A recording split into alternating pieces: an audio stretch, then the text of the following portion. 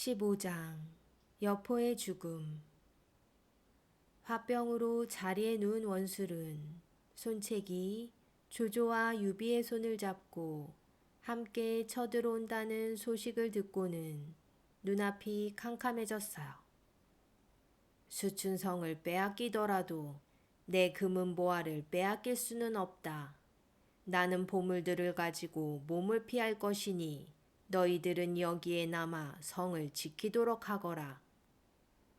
원술은 장수 몇 명과 군사들을 앞세우곤 그 길로 성 밖을 몰래 빠져나와 도망쳤어요. 비열한 원술의 태도에 수춘성에 남은 그의 부하들은 맞서 싸울 것을 포기한 채 성 안에 숨죽여 있었어요. 수춘성에 가장 먼저 도착한 조조는 원술의 군사들이 코빼기도 보이지 않자 속이 탔어요. 이렇게 시간을 끌다간 군사들에게 먹일 양식이 바닥나 곤란해질 것이 뻔했기 때문이에요. 아니나 다를까 며칠 후 식량을 담당하는 병사가 조조에게 달려와 걱정스러운 얼굴로 말했어요. 장군님, 군사들에게 먹일 쌀이 떨어졌습니다. 조조가 명령했어요. 일단 손책에게 가서 사정을 알리고 쌀을 빌려오너라.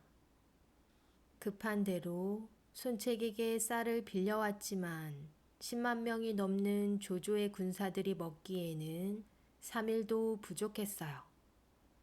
할 수 없군.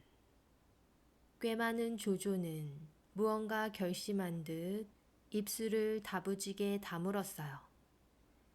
조조는 식량을 담당하는 병사를 다시 불러들였어요. 조조가 물었어요. 병사 한 사람이 하루에 얼마만큼의 밥을 먹느냐? 식량을 담당하는 병사가 대답했어요. 하루에 밥 3공기를 먹고 있습니다. 조조가 아무렇지도 않은 듯 태연한 얼굴로 명령했어요. 그럼 오늘부터 밥 1공기씩만 주어라. 병사가 곁눈질로 조조의 눈치를 살피고는 머뭇거리며 대답했어요. 그럼 병사들이 배가 고파 못 견딜 텐데요. 조조가 소리쳤어요.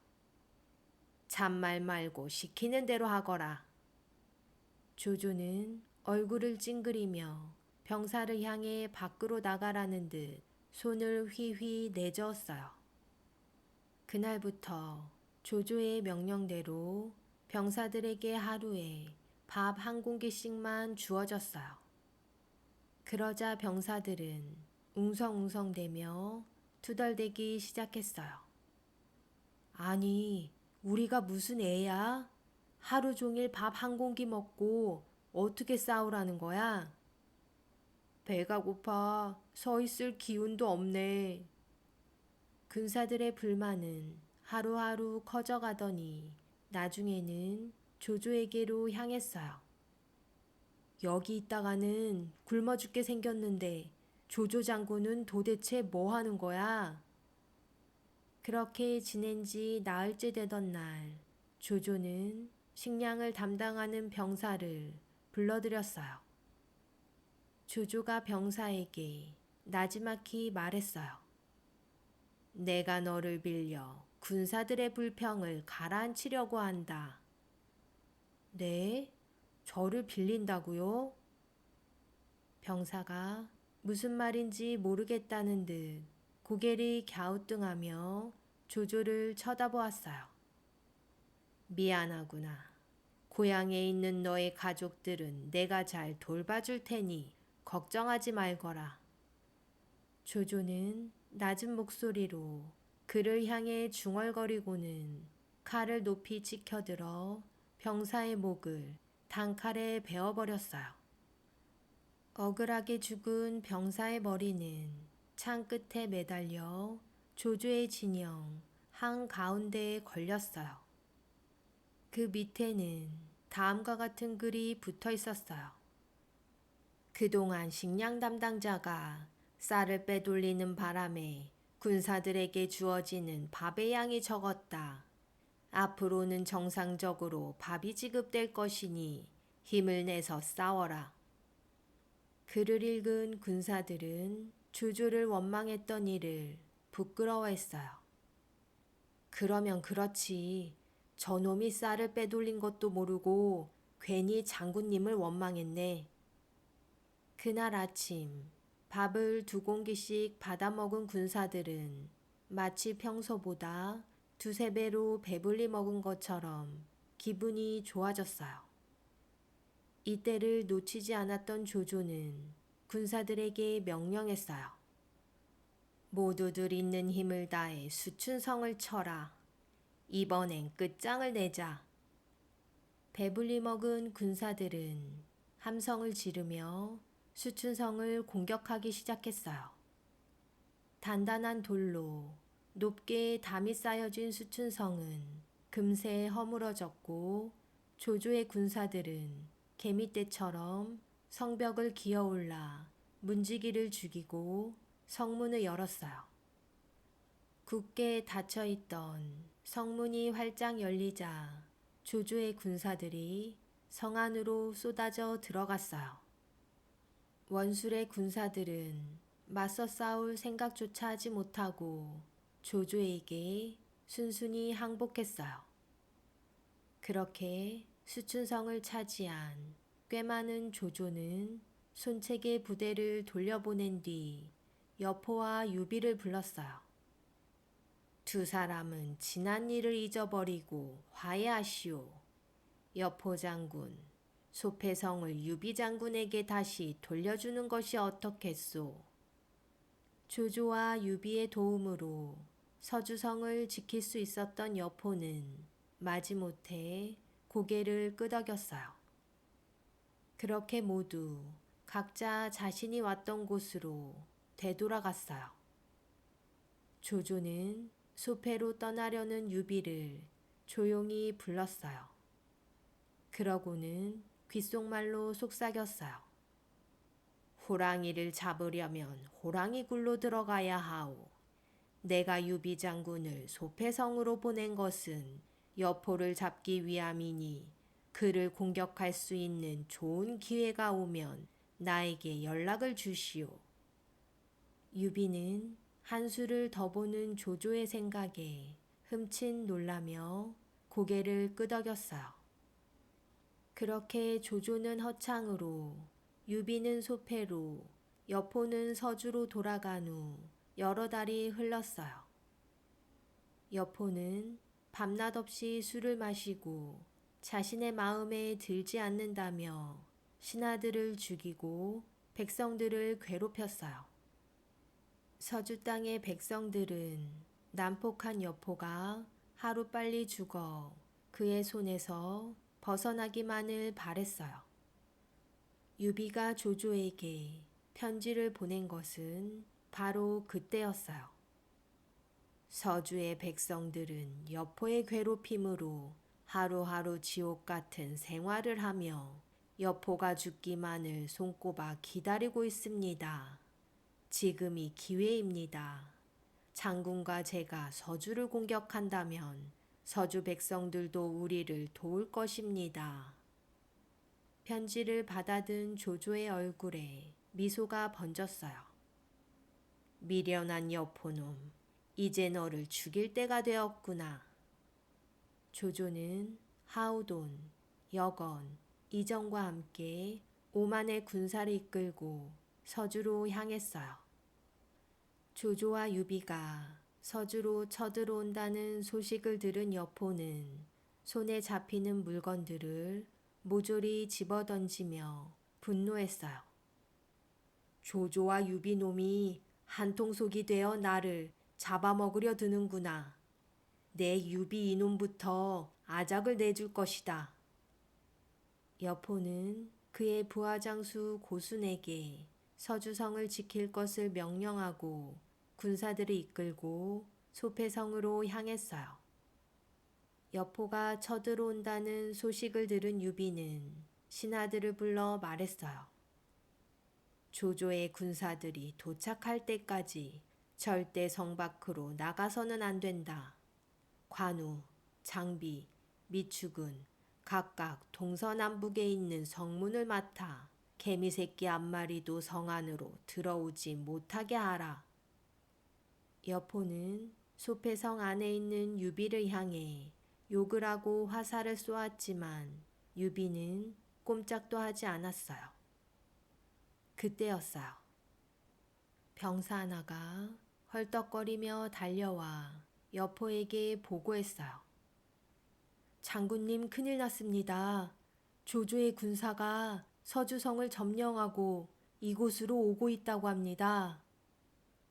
여포가 화들짝 놀라 소리쳤어요. 멋이 안 되겠다.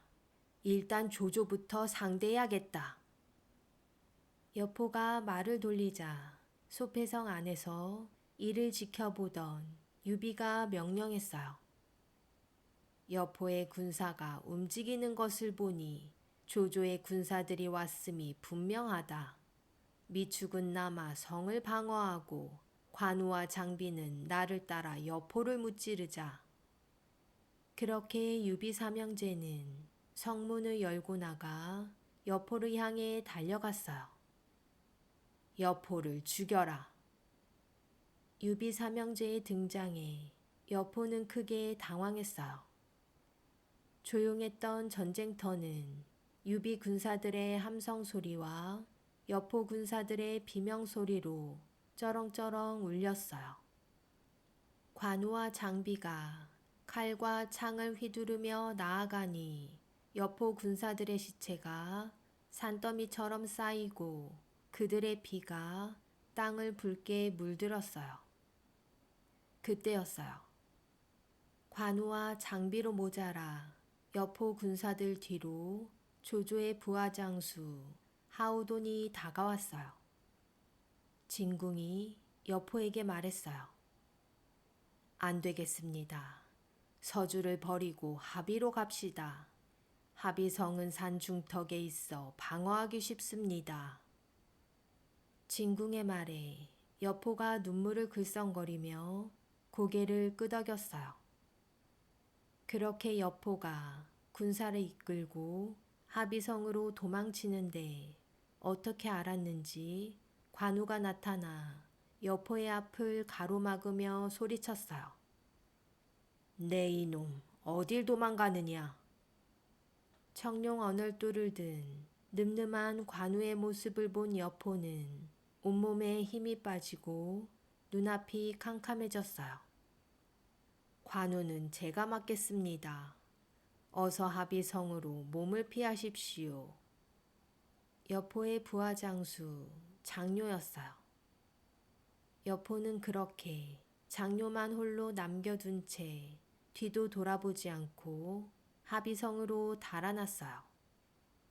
장료가 관우에게 소리쳤어요. 여포 장군을 뒤쫓으려거든 나를 죽여 짓밟고 가야 할 것이다. 장료는 충성스럽기로 소문난 장수였어요.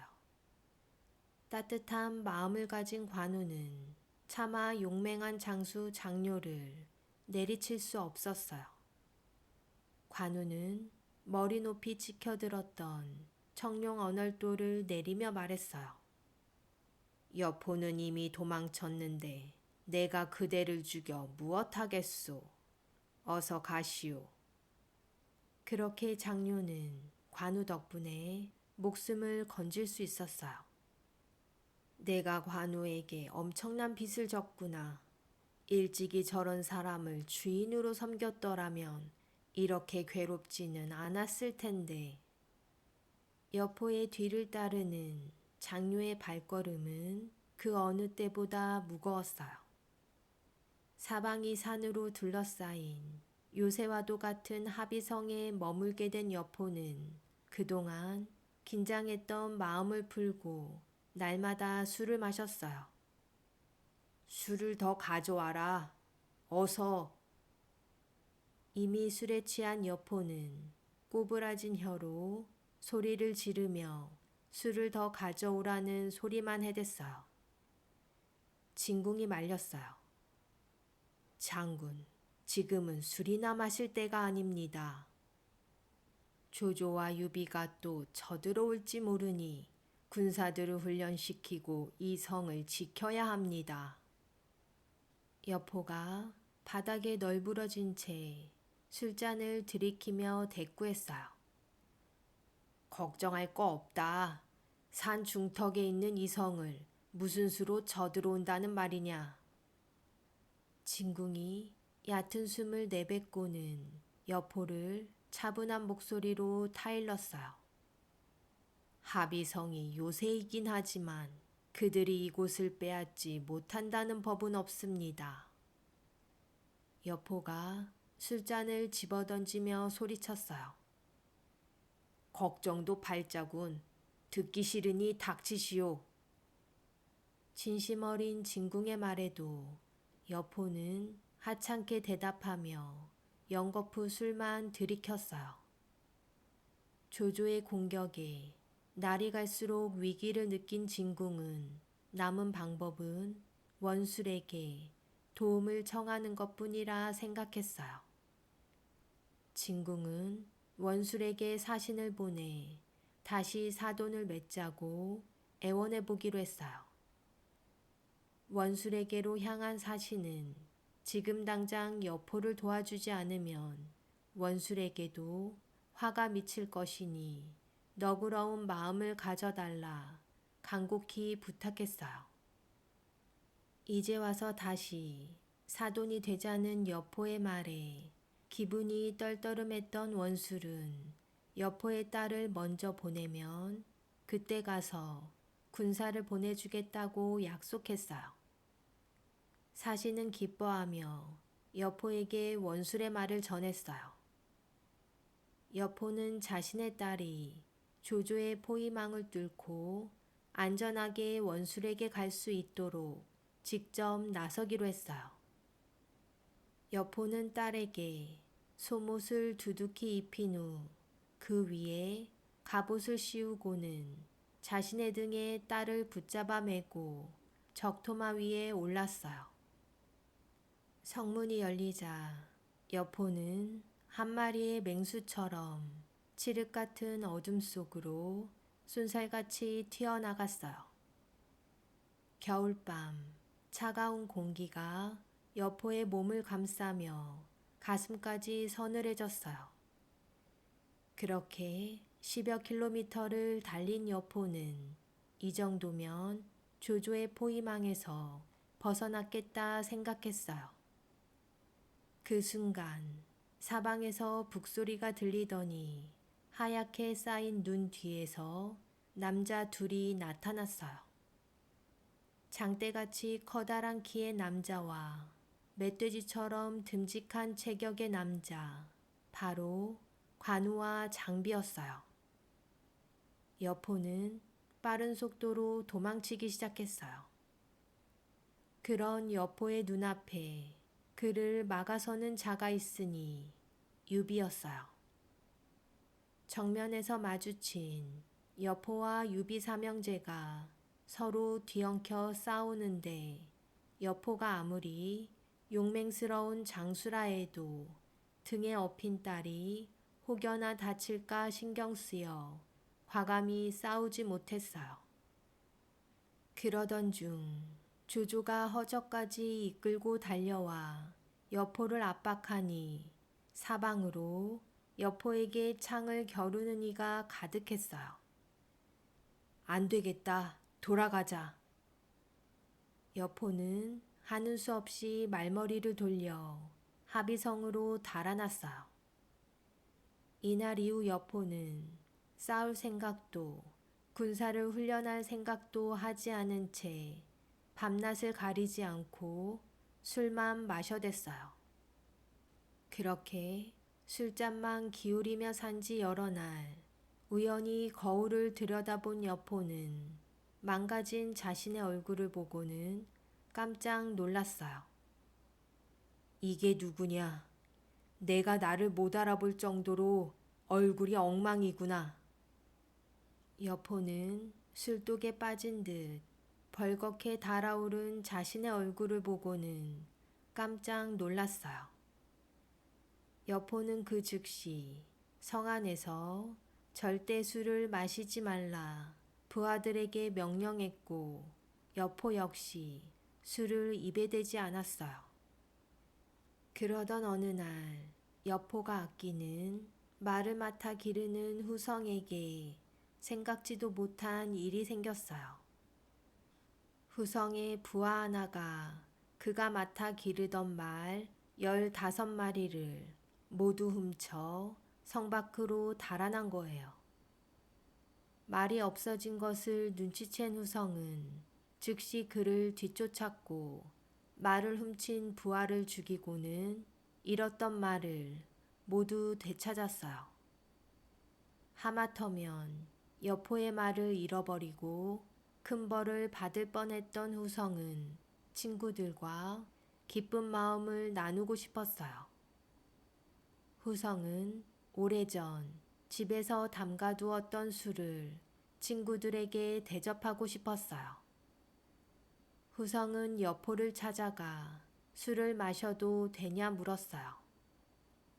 후성의 물음에 여포는 천둥 같은 목소리로 폭발했어요.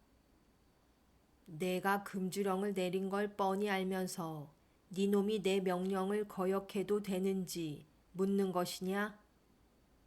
여포는 불같이 화를 내며 후성의 목덜미를 한 손으로 움켜잡고는 그의 몸을 바닥에 질질 끌고 부하들에게 가서는 그의 목을 베라 소리쳤어요. 그러자 여러 부하 장수들이 달려와 후성을 용서해달라 빌었어요. 한참이 지난 후 마음이 조금 누그러진 여포가 씩씩거리며 말했어요. 내 명령을 거역한 후성의 죄는 그의 목을 베어 마땅하나 다른 장수들을 봐서 곤장 50대만 치겠다. 곤장 50대를 맞은 후성은 곧 죽을 사람처럼 온몸이 시뻘건 피로 뒤덮여 엎드려 누운 채 바닥에 질질 끌려 집으로 돌아갔어요. 죽은 사람처럼 누워있는 후성을 본 다른 장수 둘은 여포에 대해 불평을 늘어놓기 시작했어요. 여포는 자기 딸 자식만 귀한 줄 알지 우리는 벌레만도 못하게 생각하네. 그의 말을 듣고 있던 장수 하나가 조심스럽게 주위를 한번 둘러보고는 목소리를 낮추어 속삭였어요. 성 밖에 적들이 둘러싸고 있으니 우리가 살 날도 며칠 남지 않았네. 이럴 바에야 차라리 여포를 붙잡아 조조에게 바치고 항복하는 것이 어떻겠나? 좋소. 내가 여포의 방천하극을 빼돌릴 테니 그대는 여포의 적토마를 훔치고 그대는 여포를 밧줄로 꽁꽁 묶어버리시오. 다음 날 후성은 적토마를 몰래 빼돌린 후 남몰래 동문으로 빠져나와 조조의 진영으로 달아났어요. 같은 시각 성의 가장 높은 곳에서 기둥에 기대어 쉬고 있던 여포는 그만 깜빡 잠이 들었어요. 그 순간 이리저리 기회만 엿보고 있던 장수 둘이 날다람쥐처럼 재빨리 여포에게 다가가 여포의 옆에 놓여있던 방천하극을 훔쳐냈어요. 그러고는 단잠에 빠진 여포의 몸을 굵은 밧줄로 꽁꽁 묶어버렸어요. 이것이 무슨 짓이냐? 어서 풀어라. 잠에서 깬 여포는 몸을 비틀며 천둥 같은 목소리로 외쳤어요. 하지만 이미 그의 몸은 기둥에 단단히 묶인 뒤였어요. 그렇게 두 장수는 흰 깃발을 흔들며 성문을 활짝 열었고 조조의 군사들은 성 안으로 들어왔어요. 대군을 이끌고 성으로 들어온 조조는 유비와 함께 성 꼭대기에 올라 밧줄에 묶인 여포를 보았어요. 여포는 조조와 유비를 보자 몸을 이리저리 비틀어대며 소리쳤어요. 밧줄을 너무 꽉 묶었다. 조금만 풀어주어라. 여포의 말에 조조가 웃으며 대답했어요. 호랑이를 살살 묶을 수는 없지 않느냐. 징징대는 여포 앞으로 두 팔이 밧줄에 묶인 진궁이 끌려왔어요. 조조는 진궁을 보고는 부드러운 말투로 물었어요. 그대와 나는 특별한 사이였는데 나를 버리고 여포에게 빌붙더니 지금 이게 무슨 꼴인가. 조조가 빈정대자 진궁은 고개를 뻣뻣이 들고 매서운 눈으로 조조를 노려보며 대답했어요. 여포 장군은 단순하지만 자신의 이익을 위하여 나쁜 꾀를 부리지는 않소. 그대는 겉으로는 너그러운 척하지만 실은 잔인하고 자신의 이익을 위해서는 못할 짓이 없는 사람이요. 여포보다 나은 영웅을 섬기지 못한 건 아쉽지만 그대를 떠난 건 후회하지 않으니 이제 그만 나를 죽이시오. 고개를 뻣뻣이 세우고 당당히 말하는 진궁의 행동이 괘씸했던 조조는 입술을 꽉 깨물어 얼굴을 일그러뜨리며 물었어요. 그대는 죽는다 해도 그대의 늙은 어머니와 어린 자식은 어쩔 셈이요. 진궁이 차분한 목소리로 대답했어요. 예로부터 전하를 다스리는 자는 남의 부모를 해치지 않으며 남의 후손을 끊지 않는다고 했다. 내 어머니와 내 자식의 목숨은 네 손에 달려 있는데 그것을 어찌 나에게 묻느냐. 어서 나를 죽이거라. 진궁의 말에 조조는 부하에게 큰 소리로 명령했어요. 진궁의 가족들은 허창으로 모셔 편히 지낼 수 있도록 하거라. 그렇게 진궁은 의연하게 죽음을 맞이했어요.